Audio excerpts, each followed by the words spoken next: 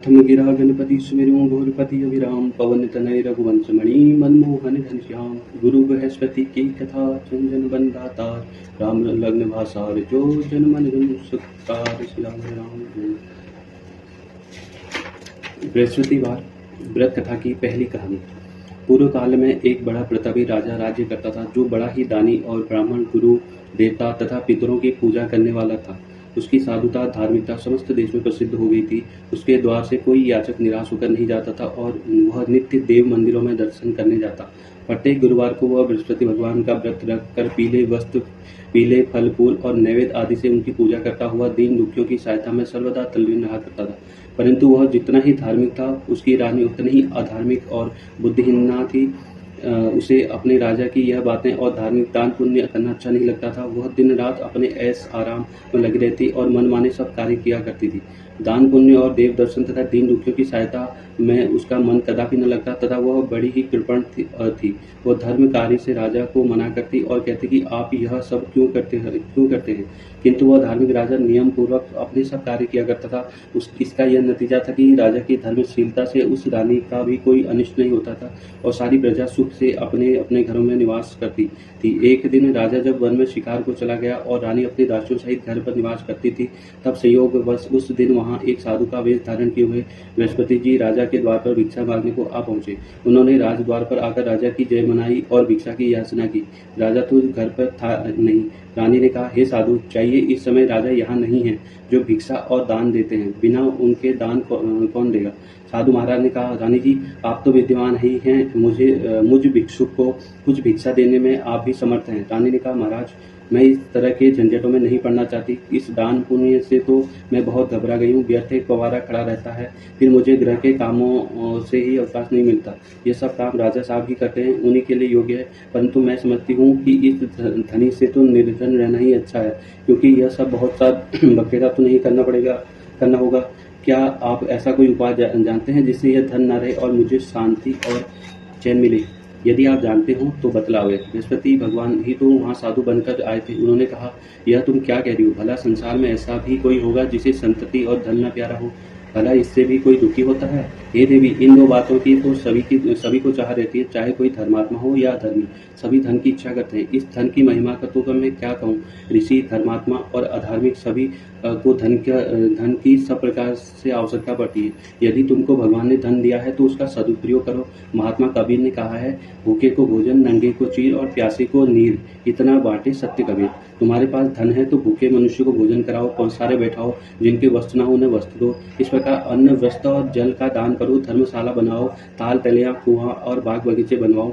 आम, आंवला आदि के वृक्षों को लगवाओ और यज्ञ करो। साधु ब्राह्मणों को भोजन खिलवाओ। जिनके पास धन नहीं हो उनकी सहायता करो। उनकी कुंवारी कन्याओं का विवाह कराओ। इस प्रकार कितने ही यहाँ आदि धर्म के कार्य हैं जिन्हें तुम कर सकती हो। यह क्या कहना कि यह सब धन नष्ट हो जाए और मैं चैन की सांस लूं। मैं तो सर्वप्रथम आपको यही कहूँगा कि आप इस प्रकार के कर्मों से अपने कुल और नाम को उज्ज्वल कर लो। इस मनुष्य जन्म को सार्थक कर लो। मनुष्य के अच्छे कर्म ही उसके लोक परलोक में सहायक होते हैं और अंत में जब शरीर त्याग करता है तब स्वर्ग को जाता है। वहाँ से नाना प्रकार के सुखों की प्राप्ति होती है। परंतु साधु महात्मा की इस बात का उस रानी पर कोई प्रभाव न पड़ा। उसने कहा, नहीं महाराज, मुझे इतना धन नहीं चाहिए जिसे मैं इतना यत्न करके उठाऊं और रखूं तथा फिर से दान दे डालूं, अथवा आपने जो कहा इतना पालन करूं। मुझे तो यूं ही समय नहीं मिलता और सारा समय इसी में नष्ट हो जाता है। महात्मा ने फिर कहा, हे देवी, बड़ी दुख की बात है जो तुम अपने ऐसा विचार प्रकट करते हो। अच्छा, यदि तुम्हारी यही इच्छा है तो सुनो। अब मैं तुम्हें जैसी युक्ति बतलाता हूँ वैसा ही करो, इससे तुम्हारी यह इच्छा पूर्ण हो जाएगी। बृहस्पतिवार के दिन तुम अपने सब घर को लिपा दिया करो। स्नान करने से पहले अपने सिर के बालों को अच्छी तरह धोकर तब स्नान किया करो। तुम्हारा राजा बृहस्पतिवार के दिन बाल बनवाया करे और भोजन में मांस मदिरा का सेवन किया करे तथा धोबी को बुलाकर वस्त्रों को धुलने के लिए दिया करे। 7 बृहस्पतिवार को यदि तुम ऐसा कर सकोगी तो तुम्हारा यह धन नष्ट हो जाएगा, इससे कुछ संशय नहीं है। बोलो बृहस्पति भगवान की जय। यह कहकर वह महात्मा तो चले गए और रानी ने उस बात को अपने मन में रख लिया। उसने बृहस्पतिवार के दिन वैसा ही किया। फिर तो बृहस्पति देव उस पर कुपित हो गए और 3 बृहस्पतिवार पूरा होते होते उसका राजपाट आदि सब धन नष्ट हो गया। यहाँ तक कि रानी के घर में खाने तक का ठिकाना न रह गया। उसके सुख चैन के दिन दूर हो गए। दोनों समय की कौन कहे, एक समय के खाने के लाले पड़ गए। तब राजा ने व्याकुल होकर रानी से कहा, हे रानी जी, आप तो यहाँ रहिए, परंतु अब मुझसे यहाँ नहीं रहा जाएगा, क्योंकि यहाँ तो मुझको सब लोग जानते हैं, जिससे कोई उपाय से या कोई काम धंधा करके भी अपनी जीविका नहीं चला सकता। इसलिए किसी दूसरे देश में जाऊँगा, जहाँ मैं खाने पीने का कोई धंधा नौकरी करके अपने दिन व्यतीत करूँगा। कहा भी है, देश चोरी परदेश भिक्षा। शास्त्र में कहा है कि दूर चले जाने पर मनुष्य की दुर्दिन दूर हो जाता है। यह कहकर राजा ने घर छोड़ दिया और दूर प्रदेश में चले गए, परंतु वहां से भी कुछ अच्छी बुद्धि न प्राप्त हुई, तो वन में जाकर वहां लकड़ियां काटकर शहर में लाकर बेचते और उससे जो कुछ मिल जाता उसी के लिए वह किसी तरह अपना पेट पालन कर लेते। इधर रानी भी अपने घर पड़े पड़े उपवास करती, कपड़े लत्ते से फटेहाल पड़ी रहती। किसी दिन इधर उधर से कुछ पा जाती तो खा लेती, और नहीं तो केवल पानी पीकर सो रहती और मारे भूखे करवट बदलकर रात काट लेती। इस प्रकार उसकी यह दशा हो गई कि कई दिन तक उसे खाने को कुछ नहीं मिला और मारे भूखे दम घुटने लगा। तब उसने अपनी एक दासी को बुलाकर कहा, तुम हमारी पुरानी दासी हो, इस समय तुम हमारी इतनी सहायता करो कि हमारी बहन के यहाँ जाकर उससे हमारे दुख कहकर हमारे लिए सहायता में कुछ अन्न मांग लाओ। हमारी बहन नेक और धनवान है, वो अवश्य ही हमारी सहायता करेगी। यदि वह कुछ सहायता कर देती है तो हमारे कुछ दिन खाने के हो जाता है, और नहीं तो 5 सेर बेजर ही मांग लाना। दासी उसकी बहन के घर आ गई। जिस समय वह दासी उसके बहन के पास पहुंची, उसी समय वह बृहस्पति का व्रत की कथा सुनने को बैठी थी। उसने उसी समय कहा कि हे रानी, मैं आपकी बहन के पास से आई हूँ। आपकी बहन इस समय बड़े कष्ट में है, आप उनकी कुछ सहायता करें, और नहीं तो 10-5 शेर बेजर ही उनके लिए दे देवे तो कुछ दिन कट जाएंगे। दासी ने कई बार कहा, परंतु रानी ने ध्यान न दिया और कुछ ना बोली, क्योंकि वह मौन भाव से एकाग्र चित्र हो बृहस्पति भगवान की कथा सुनने में लीन थी। जब रानी कुछ न बोली तो वह मन में उदास हो अपने घर लौट उस रानी के पास चली आई जिसने उसे भेजा था, और आकर रानी से कहा कि आपकी बहन तो बड़ी घमंडी है, वो सहायता और बेजर क्या देती, उसने तो मुंह से एक बात भी न की। उसे सुन रानी ने कहा, यह उसका दोष नहीं है, यह सब अपने बुरे दिन की बात है। जब बुरे दिन आते हैं तो तोड़ भी पहाड़ बन जाता है और मित्र भी शत्रु हो जाता है, तथा कोई भी उस दुखी की सहायता नहीं देता। इधर तो यह बात हुई, उधर जब वह रानी बृहस्पति की कथा सुनकर उठी तो उसे ख्याल हुआ कि मेरी बहन की दासी आई थी और व्रत की कथा सुनने में मैंने उससे कुछ बात भी नहीं की। इस बात का विचार कर वह किंचित शांत रही और जानकर भाव भक्ति से पूर्ण समय विष्णु का पूजन किया। उसने भगवान की पूजा की। विसर्जन कर वह सीधे अपने बहन के घर गई और कहा कि हे बहन, तुम्हारी दासी मेरे पास गई थी, परंतु मैं बृहस्पति का व्रत किए बैठी थी और मौन भाव से कथा सुन रही थी।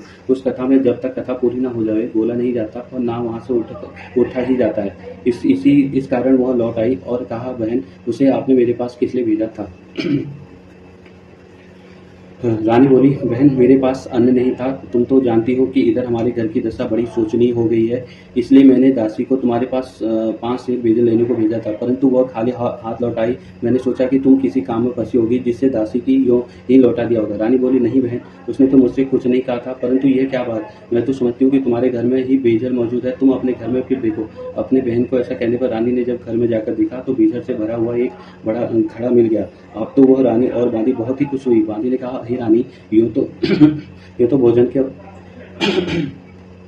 के अभाव में हम लोग नित्य ही व्रत करते हैं, इसलिए मेरी समझ में यह आता है कि यदि हम लोग इनसे यह व्रत विधि और कथा पूछ लें और किया भी करें तो कोई हानि नहीं है। रानी ने कहा, कोई हानि नहीं है। रानी ने कहा, कोई हानि नहीं, अवश्य ही पूछ लिया जाए। रानी ने अपनी बहन के समीप बैठकर पूछा कि हे बहन, बृहस्पति के व्रत के क्या विधान है और वह व्रत कैसे किया जाता है?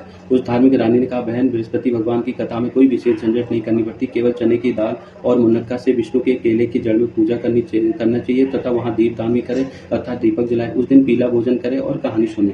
ऐसा करने से गुरु बृहस्पति प्रसन्न होते हैं। उनकी प्रसन्नता से अन्न, धन और पुत्र की प्राप्ति होती है तथा मनुष्य की सब कामनाएं पूर्ण हो जाती है। यह सुनकर उस रानी और दासी दोनों ने निश्चय किया कि वो बृहस्पति का व्रत अवश्य करेंगे। जब 7 दिन के बाद बृहस्पति का दिन आया तो उन दोनों ने व्रत किया। तब चना और गुड़ कहाँ मिले, इसके लिए उन्होंने गुड़साल में प्रवेश किया और वहां से जाकर चना और गुड़ बीन कर ले आई और उसने चने की दाल बनकर गुड़ सहित जाकर केले के जड़ में विष्णु भगवान की पूजा की। इस प्रकार उन्होंने व्रत कर लिया, परंतु पीला भोजन कहाँ से प्राप्त हो? बेचारी रानी और दासी दोनों ने बड़ी दुखित हुई, परंतु व्रत के प्रभाव से भगवान बृहस्पति तो बड़े प्रसन्न थे, इसलिए थालों में पीला भोजन लिए भगवान स्वयं उपस्थित हुए और दासी को देकर बोले, यह तुम्हें और तुम्हारी रानी दोनों के लिए है, तुम इसी को भोजन करना। दासी प्रसन्न हो वह भोजन रानी के पास ले गई और सब बातें कहकर भोजन लिया। बांदी और रानी दोनों ने बड़ी प्रसन्नता से भोजन किया।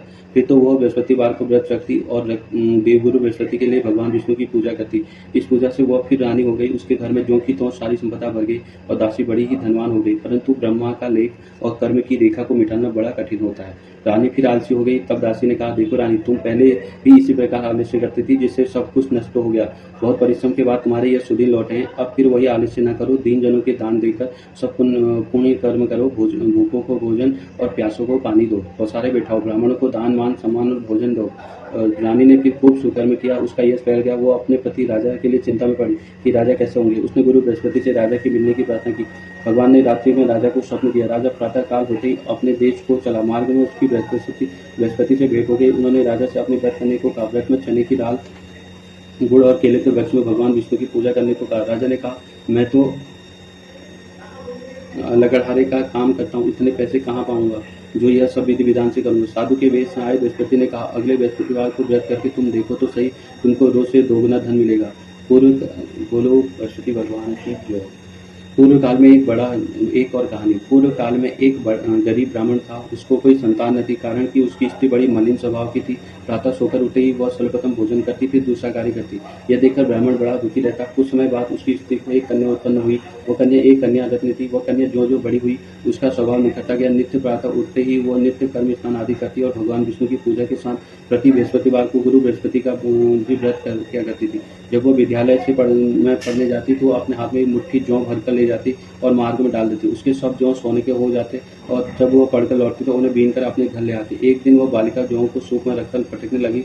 तब उसके पिता ने कहा, बेटी, सोने की जौ को पटकने के लिए सोने के सूप भी होना चाहिए।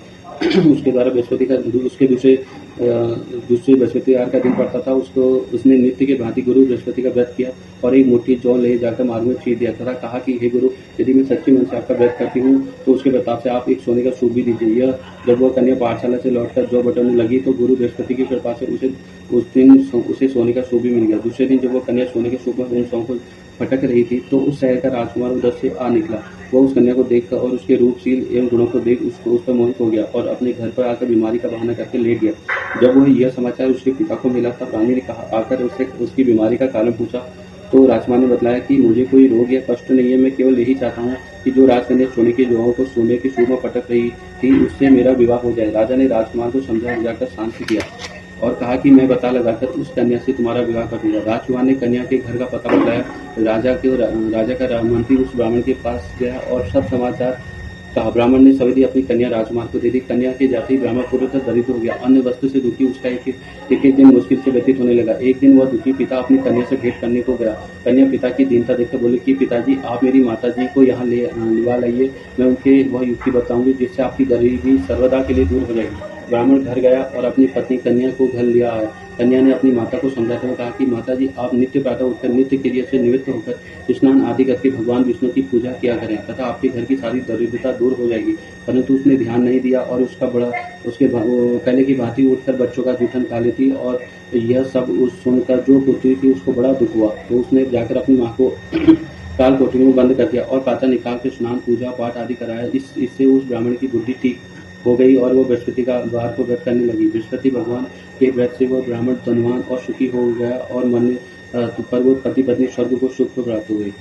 उधर वो राजा जो लकड़हारे का कार्य करके अपनी जीविका चलाता था और साधु महात्मा के कथन से सब जब बृहस्पति का व्रत किया तो उसके लकड़ी का व्यापार में दूना चौगुना लाभ होने लगा। परंतु किसी एक दो बृहस्पतिवार को व्रत उसने नहीं किया तो गुरु बृहस्पति की नाराजगी से उसे बड़ा कष्ट हुआ। उस दिन उस नगर के राजा ने यज्ञ किया जिसमें उसने यह घोषणा कर दी कि कोई मनुष्य अपने घर भोजन न करे, न अग्नि जलाए, सभी मेरे घर आकर भोजन करे। जो इस आज्ञा का पालन नहीं करेगा उसे फांसी पर लटका दिया जाएगा। राजज्ञा से सभी भोजन करने को गए। यही एक लकड़हारा कुछ देर में पहुंचा, इसलिए राजा अपने घर लिया गया। और जब भोजन करा रहे थे तो रानी की दृष्टि कोठी पर पड़ी जिस पर 9 लाख हाथ लटकता हुआ था। वह न दिखा। रानी ने सोचा कि इस मनुष्य ने हाथ चुरा लिया। फिर उसी समय उसको जेल खाने में डाल दिया गया। जब राजा जेल खाने में गया तो विचार करने लगा कि यह तो न जाने मेरे किस जन्म का दुष्कर्म था जिससे मुझे यह दुख प्राप्त हुआ। उसी समय बृहस्पति जी साधु के वेश में उसके समक्ष आए और कहा कि तुमने बृहस्पति जी का व्रत नहीं किया, इसी से तुमको यह दुख प्राप्त हुआ। खैर, अब कल ही बृहस्पतिवार है उसी जेल खाने के फाटक में तुमको पड़ा हुआ 4 पैसा मिलेगा, उसी से तुम व्रत कर लेना। और उधर राजा को स्वप्न दिया कि हे राजा, तुमने जिस व्यक्ति को जेल खाने में भेजा वो सर्वथा निर्दोष है और वो राजा है, उसको छोड़ दो। रानी का हार कोठी पर ही, यदि नहीं छोड़ोगे तो तुम्हारा राज्य नष्ट हो जाएगा। राजा ने स्वप्न में देखकर सवेरे उठकर देखा तो हार कोठी पर दिखाई दिया। उसे देखकर राजा ने प्रसन्न होकर लकड़हारे को बुलाकर क्षमा मांगी तथा उसे राजा के योग्य सुंदर वस्त्राभूषण देकर विदा किया। राजा अपने नगर को चला गया। जब वो वहाँ पहुँचा तो क्या देखता है कि अब तो यहाँ सब सुख छाया हुआ है। चलते-चलते वो घर पर आया। यहाँ रानी ने राजा का स्वागत पहले से ही बांदी को द्वार पर भेज दिया था। बांदी बड़े स्वागत से राजा को महल ले आ गई। राजा ने क्रुद्ध हो रानी से पूछा, यह धन वैभव तुमको किस प्रकार मिल गया? उसने कहा, यह सब गुरु बृहस्पति का व्रत करने की महिमा है। राजा ने कहा, बड़ी अच्छी बात है। अब मैं यह व्रत नियम पूरा करूंगा। और यहाँ तक कि सर्वदा राजा के दुपट्टे में चने की दाल बनी रहती थी और दिन में 3 बार गुरु महाराज की कहानी कहा करता था। बोलो बृहस्पति भगवान की जय। वह एक दिन वह राजा घोड़े पर सवार होकर अपनी बहन के घर उसे देखने चला। मार्ग में उसने देखा कि एक मूर्ति को लेकर कुछ लोग शमशान को जा रहे हैं। राजा ने कहा, अरे भाइयों, जरा ठहर जाओ और बृहस्पति भगवान की कथा सुन लो। उसे सुन वह सब को आश्चर्य हुआ था, परंतु राजा ने कहा सुनकर उन सबको रोक दिया और कहानी आरंभ की। जब कहानी आदि पहुंची तो मुर्दा हिलने लगा और कहानी जो ही समाप्त हुई वह राम राम कहकर उठ खड़ा हुआ। राजा वहां से आगे बढ़ा तो एक किसान जो हल जोत रहा था। राजा ने उसे कहानी सुनानी चाहिए तो उससे कहा, वाह, मैं अपना हल चलाऊं कि तुम्हारी कहानी सुनूं। राजा जो ही आगे बढ़ा कि उसके हल के बैलों में से एक बैल पछाड़ खाकर गिर पड़ा और उसके पेट में भयंकर दर्द होने लगा। उसी समय उसकी माँ उसके जलपान के लिए जो रोटी और पानी लेकर आई थी उसके पेट में दर्द होता पाया और जब पूछा तो बेटे ने सब बात क्या सुनाई। बुढ़िया ने दौड़कर घुड़सवार राजा को बुलाया और कहा कि मैं आपकी कहानी सुनूंगी, मुझे सुनाओ। राजा बुढ़िया के खेत पर कहानी सुनाने को लौट आया और जो ही कहानी कहने लगा कि उस किसान के बैल उठ खड़ा हुआ तथा किसान के पेट का दर्द भी बंद हो गया। राजा अपनी बहन के घर आया। बहन ने उनका स्वागत किया। समाचारों का आदान प्रदान तथा परस्पर वार्तालाप करते हुए सुख से सोकर सबने रात्रि व्यतीत की। दूसरे दिन सवेरे होने पर राजा उठा और तथा अन्य सब लोग उठकर अपने काम काज में लगे। जब राजा, जो गुरु बृहस्पति का बड़ा ही भक्त था, उसने अपनी बहन से कहा कि हे बहन, बृहस्पति की कथा किसी ऐसे मनुष्य को सुनाना चाहता हूँ जिसने भोजन न किया हो। बहन ने कहा, भैया, यहाँ बहुत तरह के ही सब लोग भोजन कर लेते हैं, फिर भी मैं तलाश करता हूँ। उसने देखा कि पड़ोस में जो कुम्हार रहता है उसका बेटा बहुत बीमार था, जिससे 3 दिन से उसके घर वालों ने हमारे दुख के भोजन नहीं किया। रानी ने कुम्हार से कहा कि तुम मेरे भाई से गुरु बृहस्पति की कहानी सुन लो, क्योंकि तुम लोगों ने अभी तक भोजन जलपान कुछ भी नहीं किया। कुमार ने कहा, बहुत ठीक। राजा से कहानी सुनने को आया। राजा ने उसके घर पर जाकर बृहस्पति को कहानी सुनाई। उसके प्रताप से उसके लड़के की सारी बीमारी दूर हो गई और उसे आराम हो गया। लोग राजा से प्रार्थना करने लगे। दूसरे दिन जब राजा अपने घर में चलना चाहा तो उसने बहन से भी चलने को कहा। बहन ने अपने सास से जो ही आज्ञा मांगी तो उसने कहा, अच्छा तू जा, परंतु अपने बच्चों को न ले जाना, क्योंकि तेरा भाई संतान रहित है। तब बहन ने अपने भाई से कहा कि भैया, मैं तो चलूंगी, परंतु मेरे बच्चे लोग नहीं जा सकेंगे, क्योंकि माताजी की आज्ञा नहीं है। राजा बोला, जब बच्चे ही नहीं जाएंगे तब तुम ही चलकर क्या करोगे? निदान राजा अपने घर को लौट आया और राजा ने अपनी रानी से कहा कि मैं संतानहीन हूँ, जिससे लोग मुझसे परहेज करते। रानी ने कहा, घबराइए नहीं, बृहस्पति भगवान की कृपा से हमें भी संतान की प्राप्ति होगी। फिर तो उस रात्रि में राजा को संतान प्राप्ति होने के लिए स्वप्न हुआ। रानी गर्भवती हुई और ठीक 9वें महीने में उसे पुत्र की प्राप्ति हुई। रानी की बहन भी आई और वह सब लोग जो उनको संतानहीन होने से घृणा करते थे वे लज्जित हुए और घर आकर खान पान में सम्मिलित हो राजा रानी को बधाई देने लगे। इस प्रकार बृहस्पतिवार का व्रत करने से गुरु बृहस्पति मनुष्य की सब कामनाएं पूर्ण कर देते हैं। और बोलो बृहस्पति भगवान की जय। तो भक्तों, ये थी आज बृहस्पति भगवान की कथा। आपको कैसी लगी? आप अपनी राय कमेंट कर सकते हैं। आज के लिए थैंक यू।